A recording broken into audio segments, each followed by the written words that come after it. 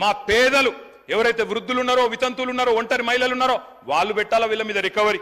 అధ్యక్ష, మాట తప్పినందుకు గత 8 నెలలుగా 2000 నుంచి 4000 చేయనందుకు అప్పుడు వాళ్ళు పెట్టాలా రికవరీ మీ మీద. మహాలక్ష్మి మా ఆడబిడ్డలు 1,68,00,000 మంది ఎదురు చూస్తా ఉన్నారు. 18 ఏళ్ల పైబడ్డ ఆడబిడ్డలు నెలకు 2,500 ఇస్తామని చెప్పిన మాట వారందరూ ఎదురు చూస్తున్నారు. వాళ్ళు పెట్టాలా 8 నెలల రికవరీ మీ మీద. అధ్యక్ష, మేము ఉత్తగానే ఆరోపణలు చేస్తలేం. అధ్యక్ష, మీకు ఒక విషయం చూపెట్టాలా. ఇది గౌరవనీయులు భారత ప్రతిపక్ష నాయకులు రాహుల్ గాంధీ గారి ట్వీట్. అధ్యక్ష, వారు ఆనాడు ఎన్నికల సందర్భంగా అశోక్ నగర్కి వచ్చారు. వచ్చి వారు చెప్పారు అధ్యక్ష, ఇది వారి ట్వీట్, నేనేమి కల్పించట్లేదు, నేనేం చెప్పట్లేదు అధ్యక్ష. వారు 2 విషయాలు చెప్పారు. ఒకటేమో జాబ్ క్యాలెండర్ మొదటి సంవత్సరంలోనే 2 లక్షల ఉద్యోగాలు, ఇది రాహుల్ గాంధీ గ్యారంటీ అని చెప్పి ఒక ట్వీట్. తెలుగులో చేశారు, మనకు అర్థం కాదనుకొని తెలుగులో చేసినారు అధ్యక్ష. తెలంగాణలో కాంగ్రెస్ ప్రభుత్వం ఏర్పడిన ఏడాది లోపే 2 లక్షల నియామకాలను పూర్తి చేసి యువతకిచ్చిన మాట నిలబెట్టుకుంటాం. ఇది కాంగ్రెస్ నాయకులు పెద్దలు రాహుల్ గాంధీ గారు చేసిన ట్వీట్ అధ్యక్ష. యువతకిచ్చిన నేను వారికి పంపిస్తా ఉన్నాను తమరి ద్వారా. అధ్యక్ష, నేను అడుగుతా ఉన్నా అధ్యక్ష, నిజంగా కూడా రాహుల్ గాంధీ గారు ట్వీట్ చూసిన తర్వాత, వీళ్ళ నిర్వాహకం చూసిన తర్వాత, ఆ జోసెఫ్ గోబెల్స్ అని ఒక ఆయన ఉంటుండేన అధ్యక్ష, ఎవరు జర్మనీలో, ఆయన గిన్న బతికుంటే అధ్యక్ష, ఎవరు వీళ్ళు ఇంత టాలెంటెడ్గా ఉన్నారు, వీళ్ళ దగ్గర ట్యూషన్ నేర్చుకుంటాను పోతుండేనేమో సార్ వీళ్ళ దగ్గరికి. ఎందుకంటే ఇంత అద్భుతంగా అబద్ధాలు చెప్పొచ్చని మాకు తెలియదు సార్. అధ్యక్ష, 30,000 ఉద్యోగాలు ఇచ్చినామని చెప్పి బడ్జెట్ స్పీచ్లో చెప్పారు అధ్యక్ష. 30,000 ఉద్యోగాలు. నేను అడుగుతా ఉన్నా అధ్యక్ష, 30,000 ఉద్యోగాలు ఎక్కడిచ్చారు సార్? అధ్యక్ష, ఐ రికమెండ్, నేను అక్కడ మొత్తం డేట్స్ ఉన్నాయి, నోటిఫికేషన్ ఎప్పుడు వచ్చింది, పరీక్ష ఎప్పుడు జరిగింది, మీరు ఎప్పుడు కాగితాలు ఇచ్చిన డేట్లు ఉన్నాయి చెప్పమంటే చెప్తా. అధ్యక్ష, డేట్ స్టాఫ్ నర్స్ ఉద్యోగాలకు నోటిఫికేషన్ ఇచ్చింది 20 డిసెంబర్ 2022, పరీక్ష పెట్టింది ఆగస్టు 23, సింగరేణి ఉద్యోగాలు నోటిఫికేషన్ వచ్చింది జూన్ 22, తుది పరీక్ష పెట్టింది సెప్టెంబర్ 22, పోలీస్ కానిస్టేబుల్ ఉద్యోగాలకు నోటిఫికేషన్ ఏప్రిల్ 22, ప్రిలిమ్ పరీక్ష ఆగస్టు 22, ఫిజికల్ టెస్ట్ జనవరి 23, మెయిన్ పరీక్ష ఏప్రిల్ 23. ఇవన్నీ కలిపి 30,000 ఉద్యోగాలు మేమిచ్చినామని కేసీఆర్ గవర్నమెంట్ లో పరీక్షలు పూర్తయ్యి మొత్తం జరిగిన తర్వాత ఇవాళ వచ్చి వీరు మేము ఉద్యోగాలు ఇస్తామని చెప్తున్నారు అధ్యక్ష. నేను వారిని ఒకటే అడుగుతా ఉన్నా అధ్యక్ష. అధ్యక్ష, 30,000 ఉద్యోగాలు ఇచ్చినామని చెప్పి బడ్జెట్ ప్రసంగంలో ప్రజలను తప్పుదోవ పట్టించినందుకు, తెలంగాణ యువతను తప్పుదోవ పట్టించినందుకు మీ మీద వేయాలి అధ్యక్ష ఛార్జ్ షీటు, రికవరీ.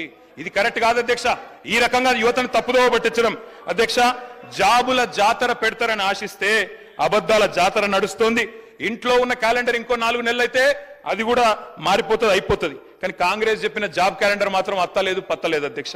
అధ్యక్ష, నేను అడుగుతా ఉన్నా, ఈరోజు ఆ రోజు అశోక్ నగర్కి ఉస్మానియా యూనివర్సిటీకి పరుగులు పెడుతూ పోయినారు.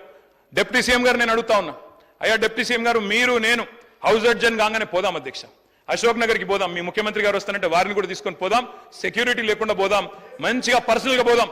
పోయి అక్కడ ఉండే ఏ ఒక్క యువకుడు, ఏ ఒక్క యువతి, ఏ ఒక్క చెల్లెలు చెప్పినా, ఒక్క ఉద్యోగం అన్నా ఈ ప్రభుత్వం ఇచ్చిందని చెప్తే నేను అక్కడనే రాజీనామా చేసి వెళ్ళిపోతాను అధ్యక్ష. ఒక్క ఉద్యోగం రేవంత్ రెడ్డి గారి ప్రభుత్వం, కాంగ్రెస్ ప్రభుత్వం వచ్చినాక కొత్తగా ఇచ్చినాము అని ఏ ఒక్క యువతి గాని యువకుడు చెప్పినా నేను అక్కడే రాజీనామా చేసి రాజకీయ సన్యాసం తీసుకుంటా అధ్యక్ష. ఒక్కరు చెప్పినా నేను చెప్తా ఉన్నా అధ్యక్ష, అక్కడే సిటీ సెంట్రల్ లైబ్రరీలో ముఖ్యమంత్రి గారికి, ఉప ముఖ్యమంత్రి గారికి మా పార్టీ తరపున, తెలంగాణ యువత తరపున 1,00,000 మందితో పౌర సన్మానం కూడా పెడతామని చెప్పి నేను చెప్తా ఉన్నా అధ్యక్ష. అధ్యక్ష, ఈ రకంగా చెప్తాను అధ్యక్ష. 10 ఏళ్ళు కూడా ఏం చేసినామో చెప్తాను.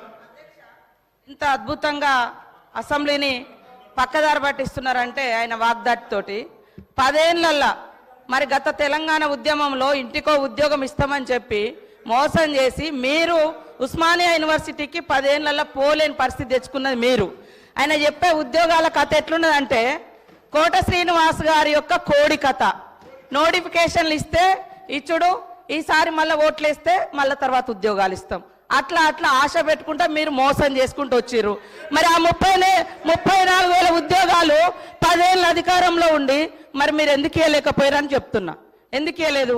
ఇంకొకటి, దాదాపుగా ఈ రోజు వరకు మా నోటీస్కి వచ్చింది డబుల్ పెన్షన్స్ అంటే సర్వీస్లో ఉండి రిటైర్డ్ అవ్వడమో లేదా వాళ్ళ కుటుంబానికి వచ్చేటువంటి 20,000, 1,00,000 ఇట్లాంటి పెన్షన్స్ తీసుకునే వాళ్ళు మీ హయాంలో దాదాపుగా ఇప్పటి వరకు మాకు వచ్చినాయి 5,600 లిస్టు. లక్ష్మమ్మ గారు కూడా 24,000 పెన్షన్ తీసుకుంటుంది సార్. సరే, లోకల్ అధికారులు రికవరీ చేసినట్టుంది, అది మా నోటీస్కి రాలేదు.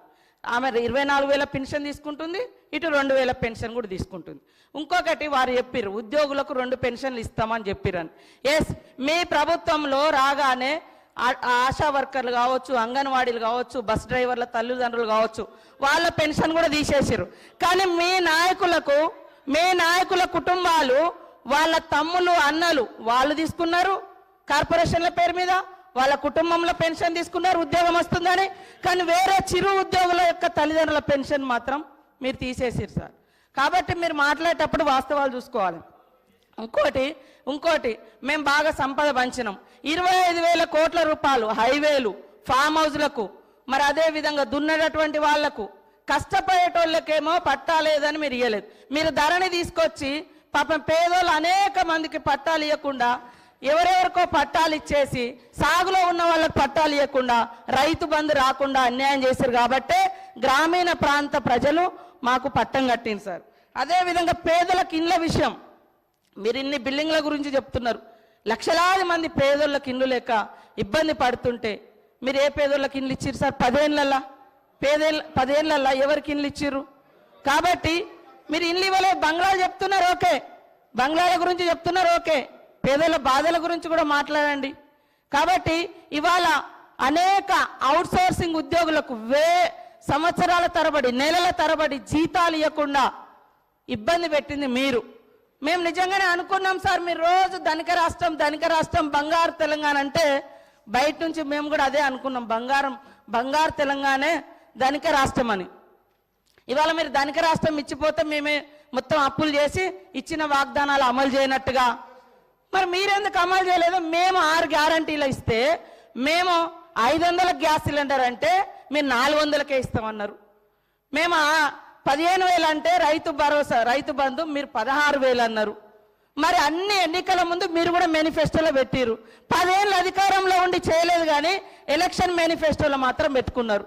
అంటే మీరు మోసం చేద్దామని కదా. మీకు వ్యవస్థ తెలిసి కూడా మేము బయట నుంచి మా ప్రభుత్వం ఆశతోటి నిజంగా ప్రజలకు బాగా చేయాలని మా ప్రభుత్వం ఇవన్నీ పెట్టినాం. మాకు టైం ఉంది, ఇంకా మాకు టైం ఉంది చేసుకోవడానికి. మీరు 10 ఏళ్ళలో చేయలే కదా.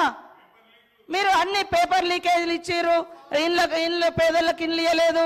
మీరు పెన్షన్ కూడా 57 సంవత్సరాలకే ఇస్తానని మీరు గతంలో 2014 నుంచి 18 వరకు అధికారంలో ఉన్నారు.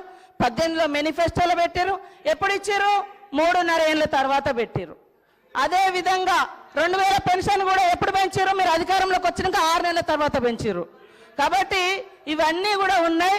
మేము అనుకున్నాం నిజంగా అద్భుతంగా ధనిక రాష్ట్రం ఉంది, రైతులకు ప్రజలకు అన్ని ఇద్దామని. కానీ 6 నెలలు సాధ్యం కాలేదు. కొన్ని మీరు రైతు రుణమాఫీ అని చెప్పి 8-10 ఏళ్ళు చేసిరు, అనేక విడతలుగా చేసిరు. మేము ఒక్కొక్కటి చేస్తున్నాం, ప్రజలు సంతృప్తిగా ఉన్నారు. కానీ బాధంతా మీకే కనబడుతుంది, 3 నెలల ఎలక్షన్ కోరికే పోయింది సార్, అది కూడా తెలుసు. కానీ పదే ఇవ్వలేదు. ఇవ్వకుండా మాకు ప్రజలు బుద్ధి చెప్పేటప్పుడు చెప్తారు. ఖచ్చితంగా ఇచ్చిన మాటకు మేము కట్టుబడి ఉంటాం. కొద్దిగా ఓపికతోటి ఉండండి. మీరు కూడా చాలా చేయలేదు, కానీ మేము చేస్తాం. సార్, మంత్రులు ఇట్లా డిస్టర్బ్ చేస్తే అధ్యక్ష ఓపికతో ఉండమంటున్నారు. ఓపిక ఉండాల్సింది మంత్రులకు, ట్రెజరీ బెంచెస్కి, మాకు కాదు అధ్యక్ష. ప్రజల తరపున అడగడమే మా ధర్మం. 100 రోజుల్లో చేస్తామని హామీలు ఎవరు ఇవ్వమన్నారు? 100 రోజుల గడువు ఎవరు పెట్టమన్నారు? మేము అడిగినామా, ప్రజలు అడిగినరా? మీరు ఓట్ల కోసం అడ్డగోలు మాటలు చెప్పి 100 రోజుల్లో అన్ని చేస్తామని బిల్డప్లు ఇచ్చి ఇలా అడిగితే కంగారు ఎందుకు పడుతున్నారు అధ్యక్ష? మాకు 5 ఏళ్ళు టైం ఉందంటుండ్రు. మరి ఎలక్షన్ హామీలలో అట్లే చెప్పేది, 5 ఏళ్లలో చేస్తామని చెప్పేది ఉండే, 100 రోజుల్లో చేస్తామని ఎవరు చెప్పన్నారు?